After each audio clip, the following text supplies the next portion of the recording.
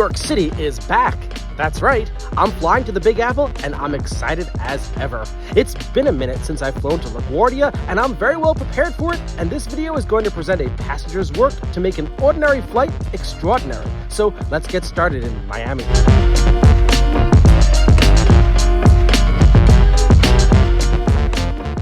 Will this be part of my view tomorrow as I take off from the Miami International Airport? Well, it depends on the weather in New York City. That's going to have an effect on a lot of things like the view on approach and the climb over Biscayne Bay here in Miami. It's the night before my flight to LaGuardia, and I just made a change with my seat selection based upon the wind that's predicted at the time of my arrival tomorrow.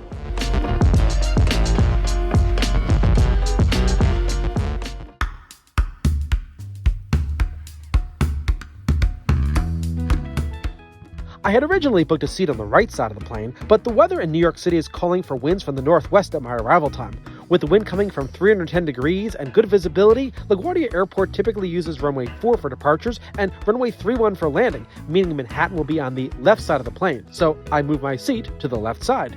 With the wind in Miami at my takeoff time coming from the east, we'll take off to the east to get a headwind, and what I'm looking at right now will be exactly what I should see from the left side of the plane after takeoff. So I've got the full picture covered today, from the ground to the sky. I can't wait. And what better way to get flight day started by watching the actual plane that I'll be taking at 3:45 p.m. later today. It's early in the morning now, and my A321 is flying its first flight of the day. After spending the night in Miami, it's flying up to LaGuardia, where it'll turn around and fly right back here to Miami. Then I'll board this plane on its next flight to LaGuardia. Early this morning, the wind is coming from the direction it will be coming from at the time of my departure, from the east, so it's climbing out over Biscayne Bay, a route similar to which we'll take just past 3:45 p.m. The game plan today is to fly out over Biscayne Bay to the east, then turn to the left of the ocean to the north toward New York. And there's another game plan once we get there, and that game plan will have a lot to do with baseball. More on that later.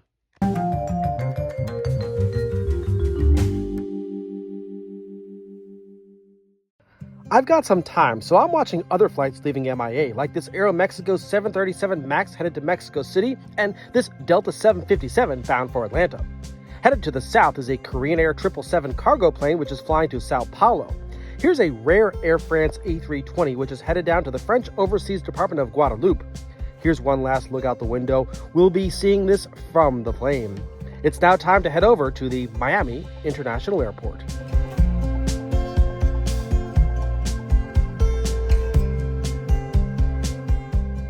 Well, hello everybody, and welcome to the Miami International Airport. I'm so excited about my flight to LaGuardia today. Okay, that's downtown Miami, way down over there. The winds, as you can probably hear, are quite strong. They're coming out over the ocean, so we'll probably be taking off in that direction, just like they're doing right now at the airport.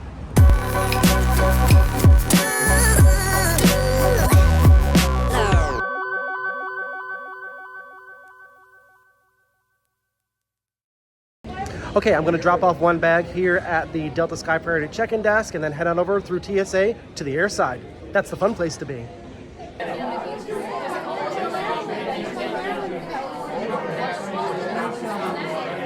Okay, I made it through TSA, and one of the first things that I like to do is go to a window to check out some of the airport action. Not a lot going on out here, but there is an Emirates 777 out there. That's pretty cool.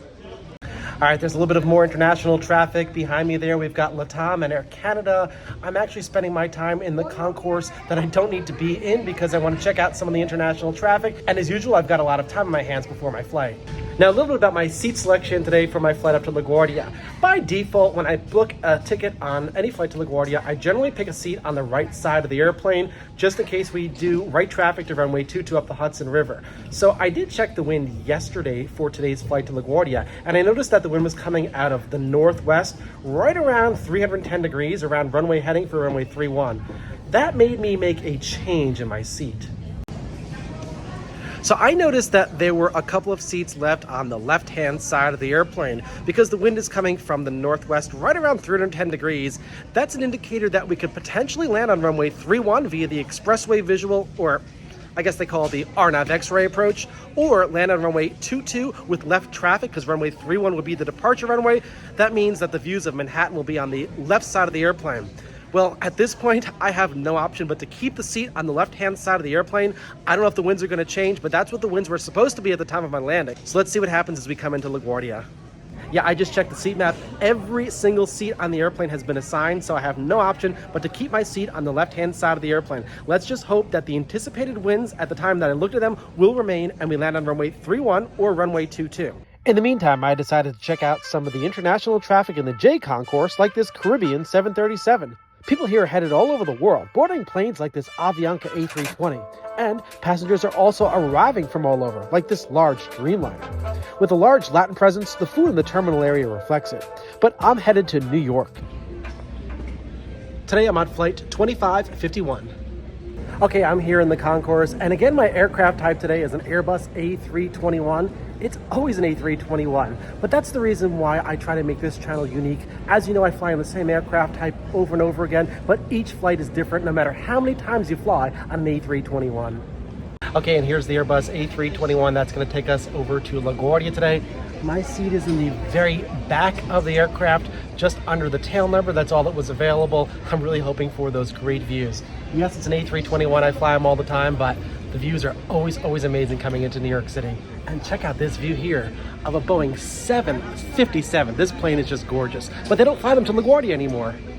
So it's all aboard the standard LaGuardia workhorse. The A321 fleet is a very young fleet for Delta Airlines, and I fly them so often that when I think Delta, I think A321. Boarding is going to start in 4 minutes according to this screen, and it's quite chilly up in the Big Apple. Let's get on this long narrow body. My seat is in the very back of the plane. Sure, it'll take a while to deplane, but I'm not going to sacrifice a view for convenience or comfort up plus. That's not what this channel is about, and that's not what I do when I fly. This is the real deal for a flying experience. A seat in first class is of equal value to a seat back here. Why? Because there's a window in both cabins. Instead of watching the TV screen or rating the meal service, I'm taking this time to confirm the eastward flow of departures, like this plane taking off to the east on the northern runway complex. I can't wait to fly over Biscayne Bay. But before we push back, we're delayed. That happens a lot when I fly. See that ambulance over there? It has a sick passenger in it from this airplane. The passenger had to be removed from the aircraft before we left the gate. With one less passenger, the doors to this A321 closed, and with a clear ramp behind us, a tug attached to the plane's nose wheel pushed us backwards onto the ramp between the H and J gates on the south side of the terminal complex. The goal of the tug is to position us to face south so that we can enter the taxiway system. Under the eye of the ramp controller and under full control of the tug driver, who's accompanied by 2 wing walkers on both sides of the aircraft, our tail is spun to the north as the nose is spun to the south. Even though there's a runway just outside of our ramp, we won't be using it. We'll be using a runway on the other side of the terminal complex, part of the north runways. Remember the plane that we just saw taking off while sitting at the gate? It took off from the north runway complex, and that's where we'll be headed, so it will take a longer time today to get to the departure runway. Specifically, that's runway 8 right, and that heads right toward Biscayne Bay, which we saw earlier at the beginning of this video. Everything is coming together. Let's taxi on over to the runway under the control of the FAA ground controller in the tower. As we pull out of the ramp, we can see the tall buildings of Miami out to the east in the distance. That's where we'll be headed once we're airborne. Down below, we're crossing painted lines indicating that we're entering the taxiway system. We're turning right on taxiway Papa, which will take us all the way down to our departure runway, runway 8 right. Taxiway Papa runs parallel to runway 1230, Miami's crosswind runway. Waiting for us to clear its space is a Delta 737 that just landed at Miami and needs to taxi to the ramp that we just left from. We're now paralleling runway 1230, and there's one taxiway between us and the runway. On the other side of the airplane, passengers can see the multiple fingers of the terminal with many aircraft parked at the gates. I'm looking for surface action on this side, like this Avianca Airbus holding short of runway 12 for landing traffic, a Spirit Airbus. The Spirit flight landed on runway 12, which allows for a headwind component. Therefore, all operations, both arrivals and departures, are heading to the east and southeast since the wind is coming from the ocean today. And that's just what I expected. This is a hub for American Airlines, and out my window I spotted one of their wide bodies, a 777 crossing runway 12 on its way to the terminal. What a big plane, and even bigger out there on the cargo ramp is a Kalitta Cargo 747. This is one of 23 747s in their fleet. Attendants, please prepare the cabin for departure. Even though this is a long taxi, departure traffic is light and the flight attendants are taking their seats. As we pass by the control tower, an American 737 landed on runway 12. We paused for a moment to get behind this Copa 737, and the ground controller handed us off to the controller responsible for runway 8 right, who had us enter the runway. On the ground, you can see runway designators with arrows for runway 8 right and runway 12. Both runways are accessed from the same point, so we needed to follow the arrows to get to our assigned runway, 8 right. Runway 12 is being used for landing flights, and we do not want to proceed in that direction. Access to runway 8 right consists of staying to the right and making a right turn onto the runway. With traffic conditions light for departures, the tower controller actually issued us takeoff clearance before we even enter the runway, so we will be coming to a stop. We just enter the runway and roll.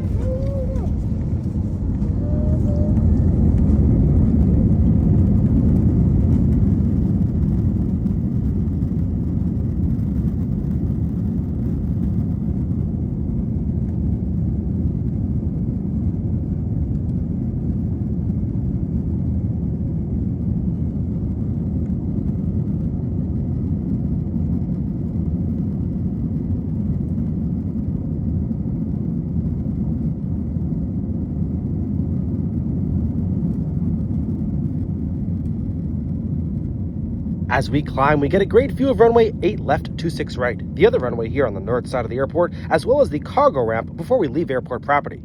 The tower controller is handing us off to the TRACON controller, and we're flying an RNAV procedure that will require us to turn to the right soon. Unlike the path of this aircraft when it took off from LaGuardia early this morning, we'll be flying over Biscayne Bay at a more southern point, which is great for me because from this side of the plane, I'll be able to see more of Biscayne Bay, including the area I showed you at the beginning of this video. Once over the city, we'll start a left turn and we'll get a great view of the bay. I can't wait, but in the meantime, I'm enjoying the view of the western reaches of Miami.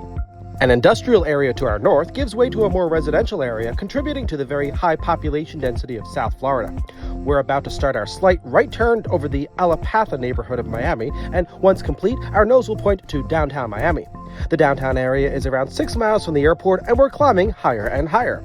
The departure controller continuously monitors our path and altitude on radar, ensuring we remain clear of other aircraft in the vicinity. Under the wing, we can see the north part of Biscayne Bay, and beyond that, past the barrier island, is the Atlantic Ocean. We're headed to the densest area of Miami, which will be below the aircraft. I just hope we climb slowly so we don't enter the clouds before reaching the bay. The 305, or Gateway to the Americas as it's known, is clearly a dense city. Just think how many people down there are enjoying the sight and sound of our A321 overhead. I know I would be if I was down there, but I'm up here now, and I'm so excited about the turn after takeoff we made to get this view. In Biscayne Bay, we can see the Julia Tuttle Causeway connecting the barrier island to the mainland. That road nearly follows the extended center line of the runway we took off from, so that gives us a perspective on how far we've turned. Can you find the location where this video started off? I see it down there. There was a marina and a nice view of the Venetian Causeway. See it? There it is. It looks so small from up here. We're turning left, and the dip of the wing provides an excellent view of the cruise ship port of Miami. And since this video was taken on a weekend, there was a lot of cruise ship activity. You can see how the water is very churned up in the channel next to the MacArthur Causeway. That's the result of not just the ship that you see leaving the dock, but ships that left before this one. By the way, I just completed a cruise ship series, so don't forget to check out the previous 4 videos on this channel that showcase the cruise I was on. On the other side of the causeway are 2 long islands, Palm Island and Hibiscus Island. These islands are home to some beautiful mansions. A third island to the east, Star Island, won't be visible as we'll be flying over it, but it also has some very large homes. As we look at the Venetian Islands, we're approaching Miami Beach, which is the barrier island for Miami, but the clouds are really getting in the way here, and we're only able to see bits and pieces of the remainder of the land before we fly over the Atlantic Ocean. Miami Beach is home to the famous South Beach, and we'll be flying directly over that part. South Beach is known for its nightlife and Art Deco architecture. We'll be proceeding out over the ocean for a bit before making a left turn to the north to start the ocean phase of this flight. This is the most direct routing to New York City, and we won't make landfall until Wilmington, North Carolina, where we'll begin the land phase of this flight all the way up. The Miami departure controller will hand us off to a controller in the Miami Air Route Traffic Control Center, who will ensure that we follow the appropriate airways northbound over the Atlantic Ocean toward Wilmington. After Miami Center, we'll be talking to other air traffic control centers before we approach the New York City area. Oh, and there's the beach down there, confirming that we are indeed over the Atlantic Ocean. I'm glad I was able to see some of it and the gaps in the clouds. We won't be seeing any more land until later on. Here we are turning to the left, joining the air route toward Wilmington. There really wasn't much to see during the ocean port of the flight except the clouds below. I didn't even see any opposite direction air traffic, and I sure did keep an eye out for that here at cruising altitude. Check out some of the other videos on this channel where I capture footage of other planes in the center's airspace. I took a look at the map on the screen of the seat back in front of me and saw that we were starting the land portion of our flight, but with the sun low in the sky, it was hard to make out things below. It was a beautifully colored sky. The Delta in-flight entertainment screen now features points of interest on the ground. That's a great feature. I just love identifying places below us. There goes Roanoke Rapids, North Carolina. What a great flight this has been, and it's going to get a little longer due to volume to LaGuardia, so we have to go around Richmond, Virginia tonight to add some more spacing between us and the planes ahead of us. That got us closer to Fredericksburg, Virginia, and it got us much closer than usual to the capital of the USA, Washington, D.C. In this footage, you can make out some of the grid system of the city streets down there. That was followed by a nice view of Baltimore, Maryland, the Charm City. We're starting down on the Corey arrival procedure to LaGuardia, which takes us north in the middle of New Jersey as we head toward Brooklyn. Being on the left side of the plane for this part of the flight is delightful because we descend to around 10,000 feet near Philadelphia, Pennsylvania, and it's great to be able to see the city with its bright lights at a lower altitude. Of course, we'll be lower in New York City, but 10,000 feet provides a really nice overview of the city of brotherly love. The flight deck is in communication with New York Approach Control, an air traffic control facility in Nassau County, New York, that's monitoring our descent on the Corey arrival and will provide us clearance to fly the RNAV X-ray approach to runway 31. As we descend by Staten Island, I'll lay out the game plan for this approach. This approach honors the New York Mets baseball team, which is based at Citi Field in Flushing Meadows Corona Park, very close to LaGuardia Airport. This is a curved approach using waypoints, altitudes, and speeds to get us down to the runway. Each waypoint has a specific name, and all of them honor the New York Mets, starting off with the first one, Shea, which honors Shea Stadium. Shea Stadium was home to the New York Mets until 2008, when it was replaced by the current Citi Field. Shea honors William Shea, who brought the National League baseball team back to New York City. The next fixed is called Gaycar, and that honors Gary Carter, a player for the Mets starting in 1985. He was an all-star 11 times and known as the Kid for his lively energy. The next fix is Darryl. That honors Darryl Strawberry, a right fielder who joined the Mets in 1983 and also played for the New York Yankees. Known as the Straw, he played a big role in the Mets winning the World Series in 1986. Up next is a fix called Keith, named for infielder Keith Hernandez, who played for the St. Louis Cardinals before joining the Mets in 1983. He won 11 consecutive Gold Glove Awards. Just before touchdown is the fix Dr. K, which is the nickname for Dwight Gooden.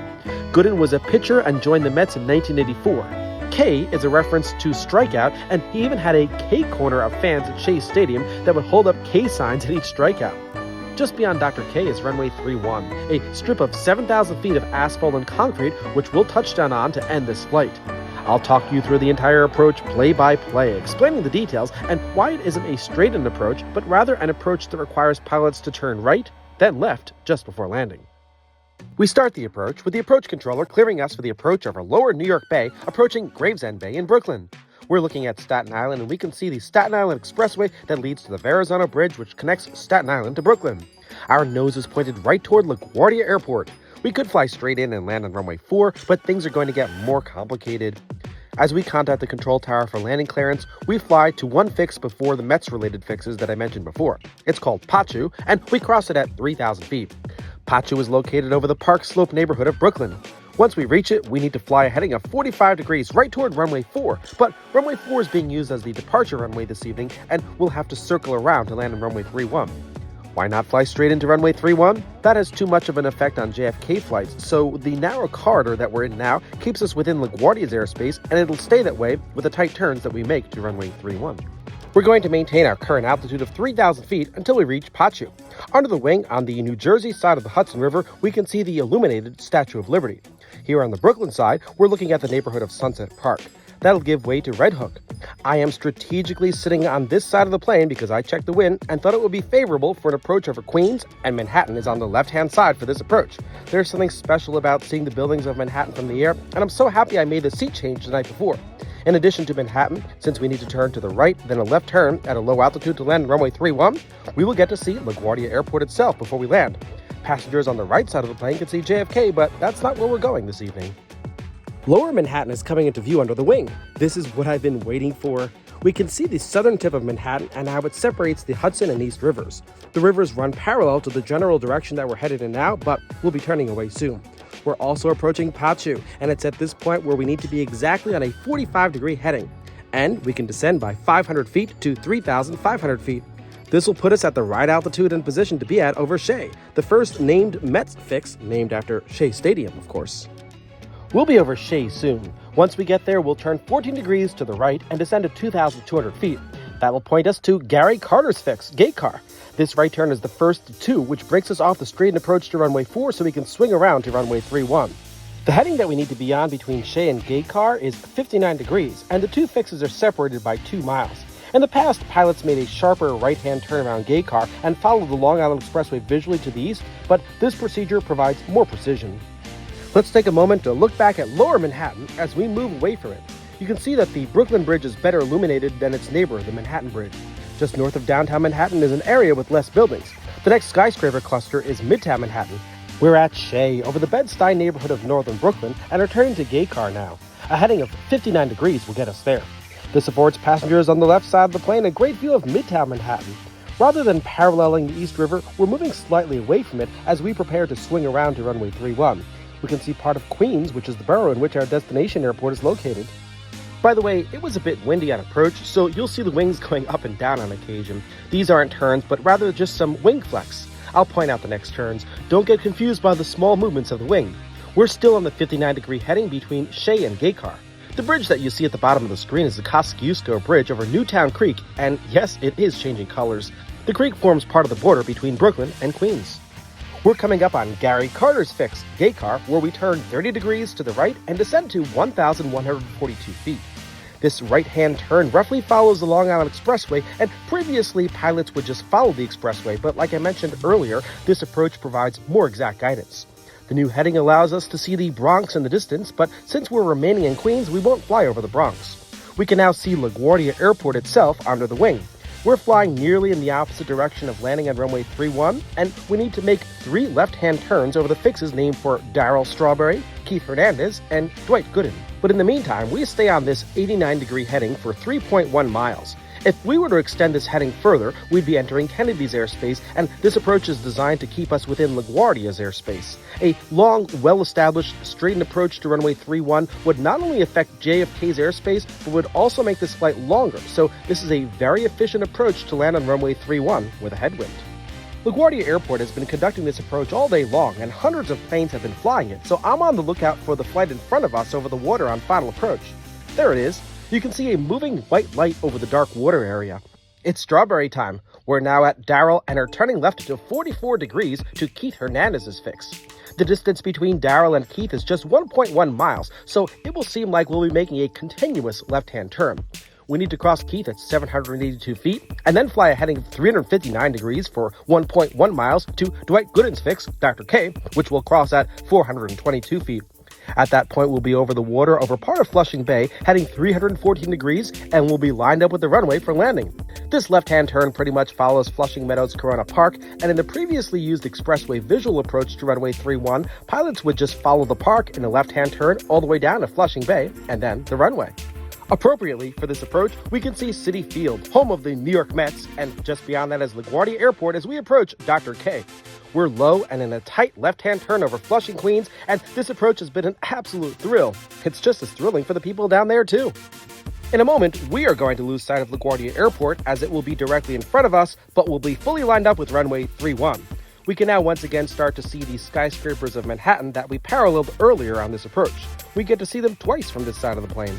A few moments ago, we saw the plane in front of us land, and now that we're on final, we can see on the left side of the screen many airplanes that will also fly this approach.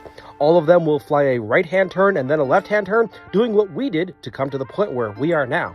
I had mentioned earlier that runway 4 was the departure runway, and runway 4 actually intersects with runway 31, so the tower can't issue departing aircraft takeoff clearance unless the intersection with runway 31 is clear and there are no aircraft on final approach.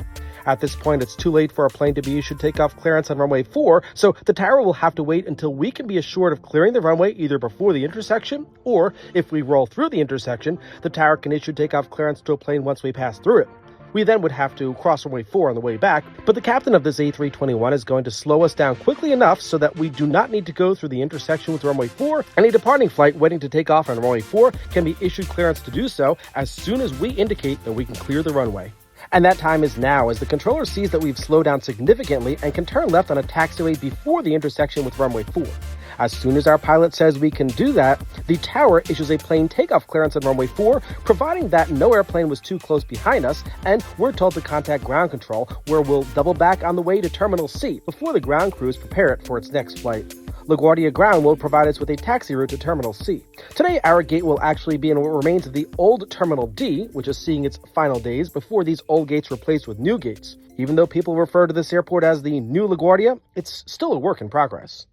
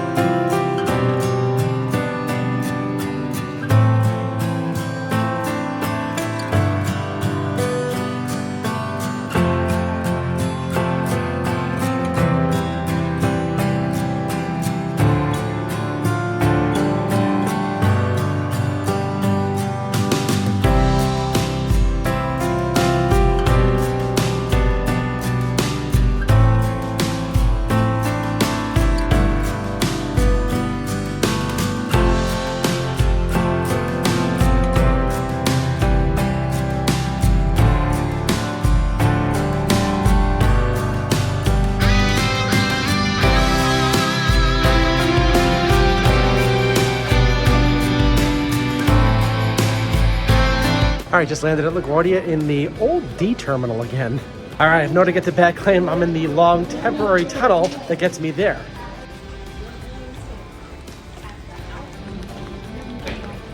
All right, we're almost there. I'm looking out the window for more aircraft coming in on runway 31. I just love that approach. And I love sharing my flights with you. Thank you so much for watching my channel, where I provide a behind-the-scenes view of airline operations without ever stepping foot behind the scenes. If you haven't done so already, I invite you to subscribe to my channel, hit the bell button and the like button, and rest assured, I'll be back again with many detailed videos just like this.